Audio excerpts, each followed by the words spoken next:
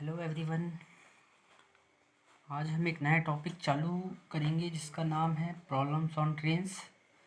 Means train से related जो questions है उसके बारे में हम उसके जो कि कॉन्सेप्ट है उसके बारे में हम बात करेंगे। तो चलिए शुरू करते हैं। सबसे पहले ट्रेन के बारे में जो जानते हैं, ट्रेन मीन्स उसकी एक अपनी स्पीड होती है, एक लेंथ होती है। ये ट्रेन की एक लेंथ होती है अपनी, उसकी स्पीड है। तो speed equals to distance upon time. तो यहाँ से ये क्लियर है कि time equals to distance upon speed. अब इसमें समझने वाली बात क्या है, किस टाइप के क्वेश्चन आते हैं हम उस पर बात करते हैं। एक ट्रेन मान लीजिए आप यहाँ से ये जा रही है, ये ट्रेन की लेंथ है, ट्रेन की लेंथ है T1 और उसकी स्पीड है S1। इधर उसकी अपोजिट डायरेक्शन से एक ट्रेन आ रही है जिसकी लेंथ है T2। एक जो दूसरी ट्रेन है वो उसकी लेंथ है T2, उसकी अपोजिट साइड से आ रही है वो, और स्पीड उसकी है S2। तो इसमें जो कंडीशन बनती है वो पूछेगा कि ये दोनों ट्रेनें एक दूसरे को कब क्रॉस करेगी, कितने टाइम में। ठीक है, तो आपको मालूम है टाइम इक्वल्स टू होता है डिस्टेंस अपॉन स्पीड। अब इसमें जो कॉन्सेप्ट है समझने का वो क्या है, जब इसको ये क्रॉस करेगी तो इस जो ट्रेन की लेंथ है उसको इस लेंथ को क्रॉस करना है, और इस ट्रेन को इस लेंथ को। मीन्स इतनी और इतनी जो लेंथ है वो आपस में जुड़ जाएगी। ठीक है, तो जो टाइम है क्रॉसिंग का, टाइम इक्वल्स टू क्या हो जाएगा, डिस्टेंस। ये केस फर्स्ट है, केस फर्स्ट। दोनों ट्रेनें आपस में मतलब एक दूसरे की जो डायरेक्शन है उस पे आ रही है, मतलब ये अपोजिट डायरेक्शन, ये इस डायरेक्शन। तो टाइम में क्या है, डिस्टेंस जो है हमारी जो ऐड हो जाएगी लेंथ की T1 प्लस T2 अपॉन।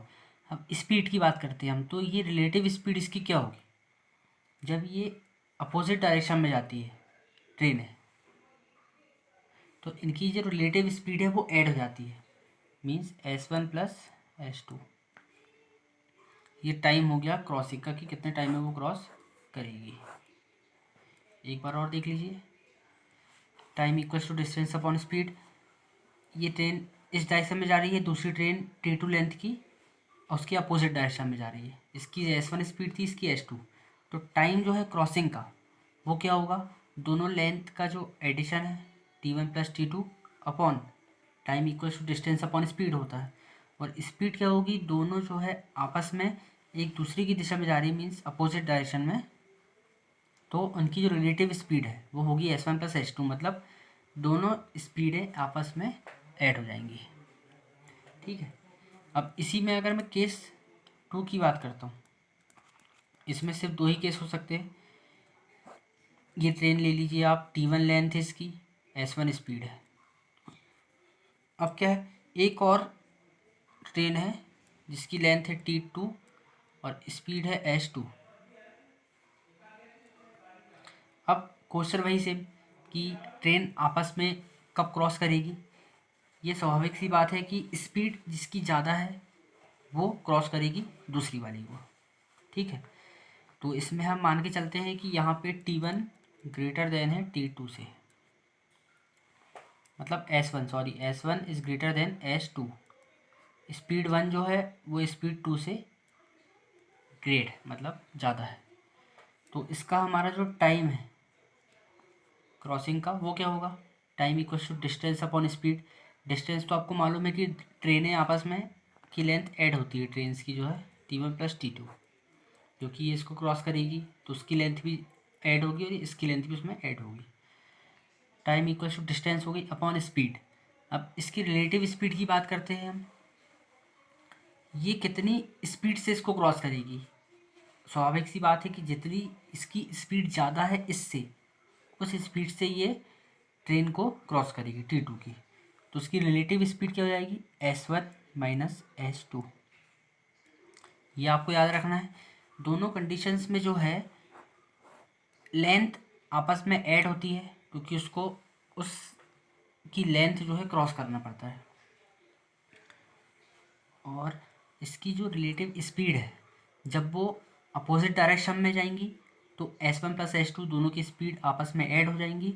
और अगर वो एक ही डायरेक्शन पे जाएंगी, मीन्स ईस्ट, तो दोनों ईस्ट में जाएंगी या वेस्ट नॉर्थ साउथ जो भी डायरेक्शन दी है, उसमें अगर दोनों ट्रेनें एक के पीछे एक जा रही है तो उसकी रिलेटिव स्पीड जो है S1 माइनस S2 होगी। मीन्स ज़्यादा वाली से कम वाली जो है माइनस।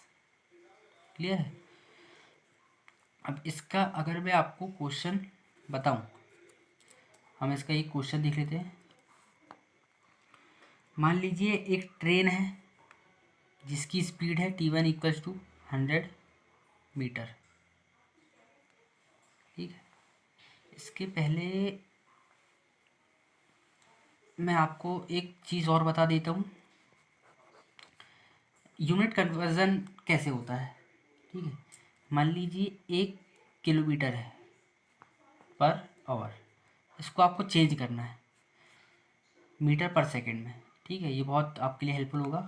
तो 1 kilometre means 1000 metre upon per hour, hour means minute में आपको लिखना है तो 3600 सेकेंड हो गया। ठीक है, मिनट से सेकेंड।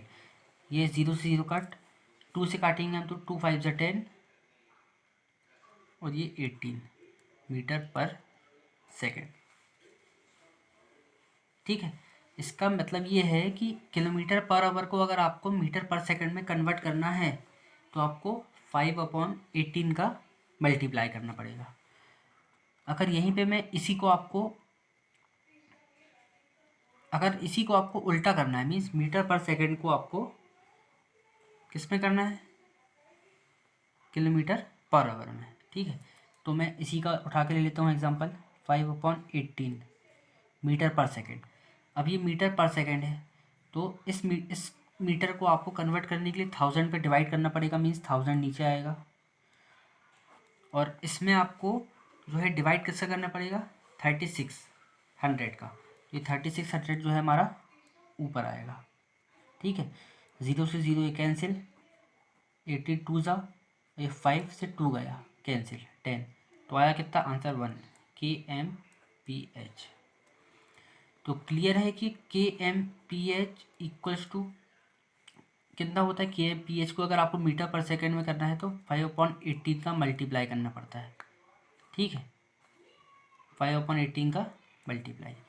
और अगर आपको मीटर पर सेकंड को kmph में करना है तो 18/5 का आपको उसमें मल्टीप्लाई करना पड़ेगा, तो वो kmph में हो जाएगा। ठीक है, 0 0 कैंसिल हो गया, 2 से काटेंगे तो 18/5। ये आपको इतना क्लियर हो गया होगा। अब हम बात करते हैं जो क्वेश्चन है हमारा। एक ट्रेन दी है आपको जिसकी लेंथ है 100 मीटर, उसकी स्पीड भी दी है आपको 30 kmph। 30 kmph स्पीड है, T1 ट्रेन है। अब उस बताना है आपको कि वो एक जो दूसरी ट्रेन है जिसकी लेंथ आपको दी है, मान लीजिए T2 इक्वल्स टू 200 मीटर है। ठीक है, तो आपको ये बताना है, और T2 की जो स्पीड है, T2 जो है ट्रेन, उसकी लेंथ है 200 मीटर और उसकी जो स्पीड है S2 इक्वल्स टू वो दी है 70 kmph। तो आपको निकालना है कि कितने टाइम पे उसको क्रॉस करेगी। ठीक है, तो टाइम हमारा हो गया टाइम इक्वल्स टू डिस्टेंस हमारी आपको मालूम है ऐड होगी, क्योंकि ये अपोजिट डायरेक्शन में आ रही है एक दूसरे के। ठीक है, ये क्वेश्चन में दिया रहेगा। तो 100 + 200 मीन्स 300 अपॉन एक दूसरे की जो डायरेक्शन में आ रही है तो स्वाभाविक सी बात है ये ऐड हो जाएगा। ठीक है, 70 + 30 80 kmph। अब ये मीटर में है ऊपर वाला, और टाइम हमको बताना पड़ता है सेकंड में, मैक्सिमम जो है सेकंड में ऑप्शन आता है, तो हमको इसको 5/18 करना है। ठीक है, इम्प्लाइज दैट 5/18 हो गया, 18 ऊपर जाएगा, ये 0 से 0 हम काट देंगे, तो ये 18 ऊपर जाएगा तो 3 × 18/5, ये आपका सेकंड में आंसर। ठीक है, कट सकता है तो आप काट सकते हैं, नहीं तो कोई प्रॉब्लम नहीं है वैसे उसमें। ये 54/5 हो जाएगा सेकंड। ठीक है, ये ऑप्शन पे निर्भर करता है कि वो किस टाइप से ऑप्शन आपको दे रहा है। अब अगला अगर मैं क्वेश्चन की बात करता हूँ, ये हो गया सेम डायरेक्शन में, T1 = 200 मीटर है। ठीक है, इसकी जो स्पीड है S1 = है 40 मीटर पर सेकेंड है, मीटर पर सेकेंड। ठीक है, T2 = 300 मीटर है दूसरी ट्रेन, और इसकी जो स्पीड है S2 = वो भी है 45 मीटर पर सेकेंड।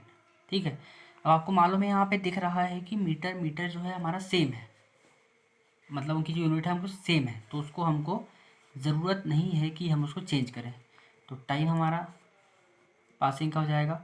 अब ये ट्रेन जो है एक ही डायरेक्शन में जा रही है, ये आपको, ये दूसरा टाइप का क्वेश्चन था, ये केस फर्स्ट था हमारा, ये केस सेकंड का। अब डायरेक्शन एक ही है तो ज़्यादा वाले से कम वाली हमारी स्पीड माइनस हो जाएगी। ठीक है, तो हमको डिस्टेंस तो ऐड करना है, ये 500 मीटर हो गया। अब 45 - 40 तो 5। अब इसको अगर मैं काटूँगा तो ये मीटर पर सेकेंड है, इसकी भी मीटर से मीटर भी कैंसिल होगा, तो 100 सेकेंड हमारा आंसर है। क्लियर हो गया है आपको? जब दोनों ट्रेनें एक ही डायरेक्शन में जाती है और ये अपोजिट डायरेक्शन में जाती है, अपोजिट डायरेक्शन में जो हमारी रिलेटिव स्पीड है वो ऐड हो जाती है, लेकिन सेम डायरेक्शन में हमारी रिलेटिव स्पीड जो है वो सब्सट्रैक्ट हो जाती है, मीन्स माइनस हो जाती है इससे। तो आई होप कि आपको अच्छे से समझ में आया हो, इसकी आप प्रैक्टिस कर सकते हैं इस क्वेश्चंस की, ये बहुत थोड़ा सा इजी है। अगला जो वीडियो हम उसमें बात करेंगे दूसरे टाइप्स के क्वेश्चन की, दूसरा जो कॉन्सेप्ट है। समझ में आया हो तो लाइक कीजिएगा, शेयर कीजिए, सब्सक्राइब कीजिए, अपने फ्रेंड्स को शेयर कीजिए। Okay, thank you.